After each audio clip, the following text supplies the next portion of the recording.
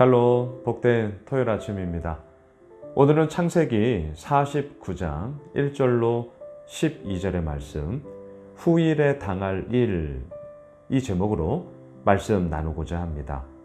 야곱의 유언이 오늘 본문, 그리고 내일 본문에 이어지고 있습니다.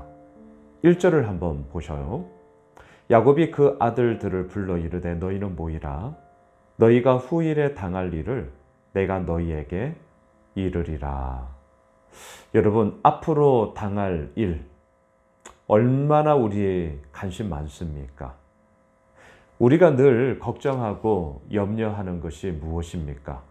앞으로 어떻게 될까? 미래에 어떻게 될까? 미래에 대한 불안함이 우리들 가운데 늘 있죠. 왜? 손에 안 잡히니까요. 내가 뭔가를 예측하고 계획은 하지만 그대로 이루어지더냐? 이 질문 앞에 우리의 대부분의 대답은 그렇지 않더라. 그러하기 때문에 어찌 될지를 모르기 때문에 우리가 늘 불안해하는 것 아닙니까? 또 반대로 그래서 앞으로 어떻게 될까에 대해 늘 궁금한 것 아닙니까? 자, 오늘 야곱은 12아들들을 불러요. 그리고 후일에 당할 일을 내가 너에게 말하리라. 자, 그러면서 오늘 본문 3절, 4절 첫 번째 아들이었던 르우벤부터 시작을 합니다. 유언이에요. 3, 4절을 보십시오. 르우벤아, 너는 내 장자요, 내 능력이요, 내 기력의 시작이라.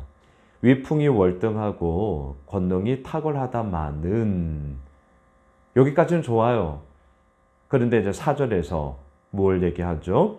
물의 끓음 같았은즉 너는 탁월하지 못하리니 내가 아버지의 침상에 올라 더럽혔음이로다.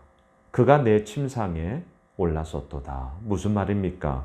창세기 35장 22절에서 언급했던 것처럼 아브라함의 첩이었던 빌하와 르우벤이 통간하는 그러한 패륜의 사건들을 언급하고 있는 것이죠.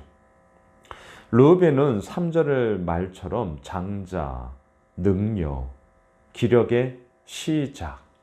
여러분, 이것이 언제나 처음, 시작, 이 말에 담겨져 있는 기대감, 소망함 아니겠습니까? 저도 아들이 셋 있거든요.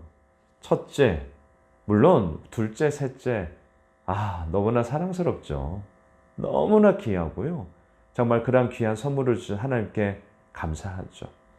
하지만 이렇게 각각의 의미들이 어쩔 수 없이 다 있죠. 첫째, 처음이어서 저도 서툴었고 너무나 부족했고, 하지만 또한 반대로 처음이었기 때문에 기대감도 있고 또 한편으로는 좀 든든함도 있고, 이것이 언제나 처음, 첫째 아들에 대한 그런 마음들 아니겠습니까? 야곱도 마찬가지였어요. 또한 르우벤 위풍이 월등하고 권능이 탁월했어요. 하지만 어떻습니까? 물의 끓음 같았은즉 100도 이상이 되면 이제 팔팔팔 끓죠. 하지만 이것이 냄비에 담겨져 있었다면 불을 껐어요. 어떻게 됩니까? 언제 그랬냐는 듯이 좀 시간이 지나면 또 다 식게 되어지는 거죠. 자, 바로 이것이었습니다. 르우벤의 그러한 성정에 물의 끓음같이 팔팔팔 끓음이 있었어요. 하지만 그것이 어떻게 이루어졌습니까? 이 첫째라는 교만함이었을까요? 자만함이었을까요? 그리고 더 나아가 아버지의 첩이었던 빌하와의 통음을 통하여 말도 안 되는 그러한 죄악을 르우벤이 저지르고 말았던 것이죠. 그것에 대해서 지금 야곱은 책망하고 있는 것이죠. 5절을 보십시오. 시므온과 레위는 형제요, 그들의 칼은 폭력의 도구로다. 무엇을 의미합니까? 창세기 34장 세겜 성읍의 사건을 얘기하고 있죠.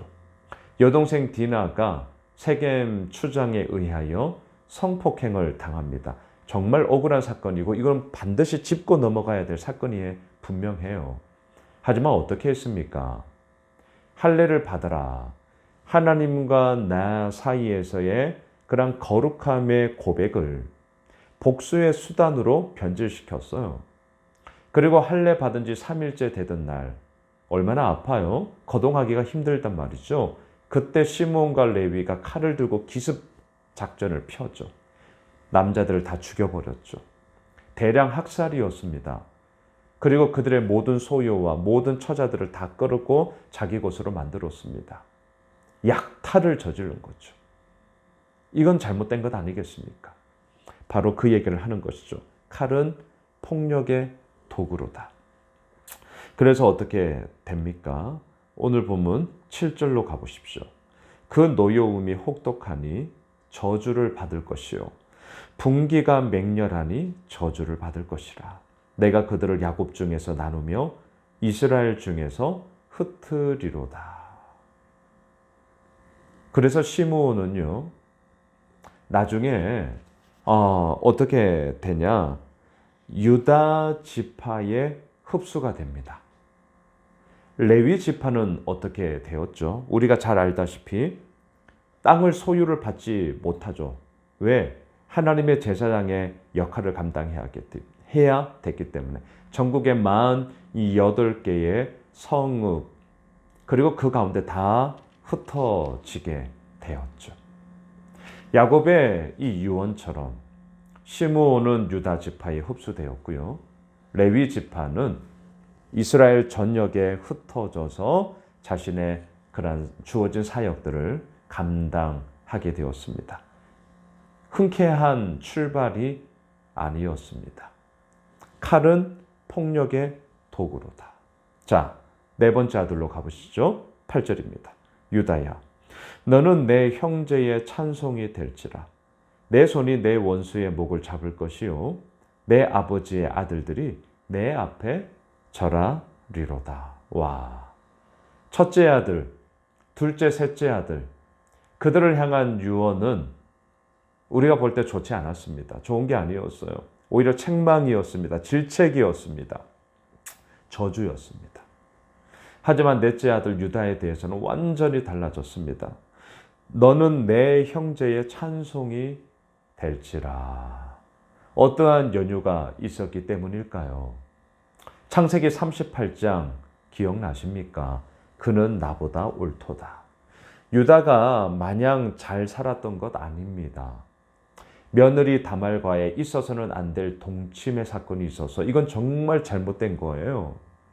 유다도 그 사실을 뒤늦게 알고 철저하게 회개하죠. 그 회개의 처절한 몸부림이 무엇이었습니까? 그는 나보다 옳도다. 자신의 옳음이 아니라 며느리 다말의 옳음, 그로 자신의 틀림을 처절하게 보았죠. 그리고 그는 나보다 옳도다의 이 회개, 이 돌이킴의 시작에 클라이막스가 무엇이었습니까? 창세기 43장. 애굽의 볼모로 잡힌 그 시므온, 그리고 그를 또한 데려가고 곡식을 사고자 베냐민을 데려가야 될 때 아버지 야곱에게 설득을 하죠. 야곱의 결정적인 말이 무엇입니까? 내가 내 자신을 담보하겠다였죠. 그를 지키기, 베냐민을 지키기 위해서 내 생명을 담보로 내걸겠다. 그리고 또한 어떻게 됩니까? 베냐민이 볼모로 잡힐 그 순간에 유다는 말합니다. 내가 대신하여 주의 종이 되겠고 내가 대신하여 그 모든 것을 갚겠다. 여러분, 형제를 대신한다는 거, 이거 안 됩니다. 어려워요. 근데 유다는 기꺼이 그렇게 했다라는 것이죠. 자, 그러한 모든 삶의 여정을 야곱은 오늘 본문 8절에서 얘기합니다. 내 형제의 찬송이 될지라. 자, 말씀을 정리하겠습니다. 이렇게 야곱의 유언은 내일 본문까지 12아들에게 쫙 진행이 되어집니다. 이러한 면면의 모습을 보면서 우리가 다시 한번 깨닫고 붙잡게 되는 것이 무엇입니까?